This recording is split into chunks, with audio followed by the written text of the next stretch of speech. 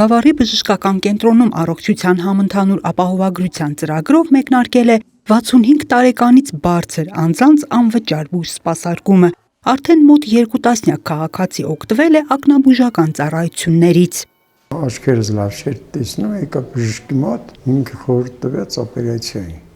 Ու ինձ ասաց, դուք անվճար եք անցնում, որովհետև 65-ից բարձր եք։ Վերահատել ենք իրականում միայն կատարակտապաթոլոգիան, դա ակնաբուժության մեջ հաճախ հանդիպող պաթոլոգիաներից է։ Բավականին մեծ վիրահատական օրենք ունեցել, վերահատել ենք մոտ 14 բուժարոյի։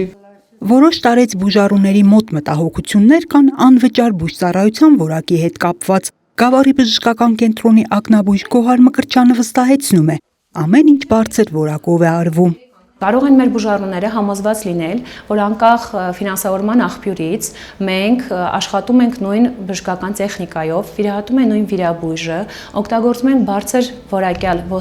ներակնային ոսմյակներ, նույն որակյալ բուժ սպասարկումներ ստանալու դուք, հարգելի քաղաքացիներ, ինչ որ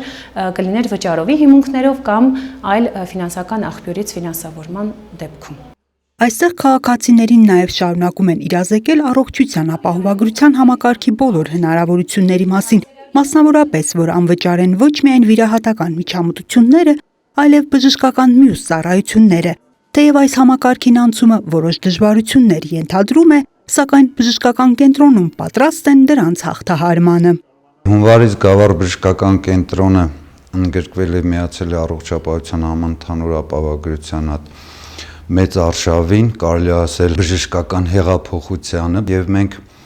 Գավառ բժշկական կենտրոնը իր թիմով թե տեխնիկական հագեցվածությամբ, թե կադրերի հագեցվածությամբ պատրաստ են ավելի բարձր եւ որակյալ բժշկական օգնություն ցուցաբերել մեր հասարակությանը։ Որպես մարզում աշխատող բժիշկ կարող եմ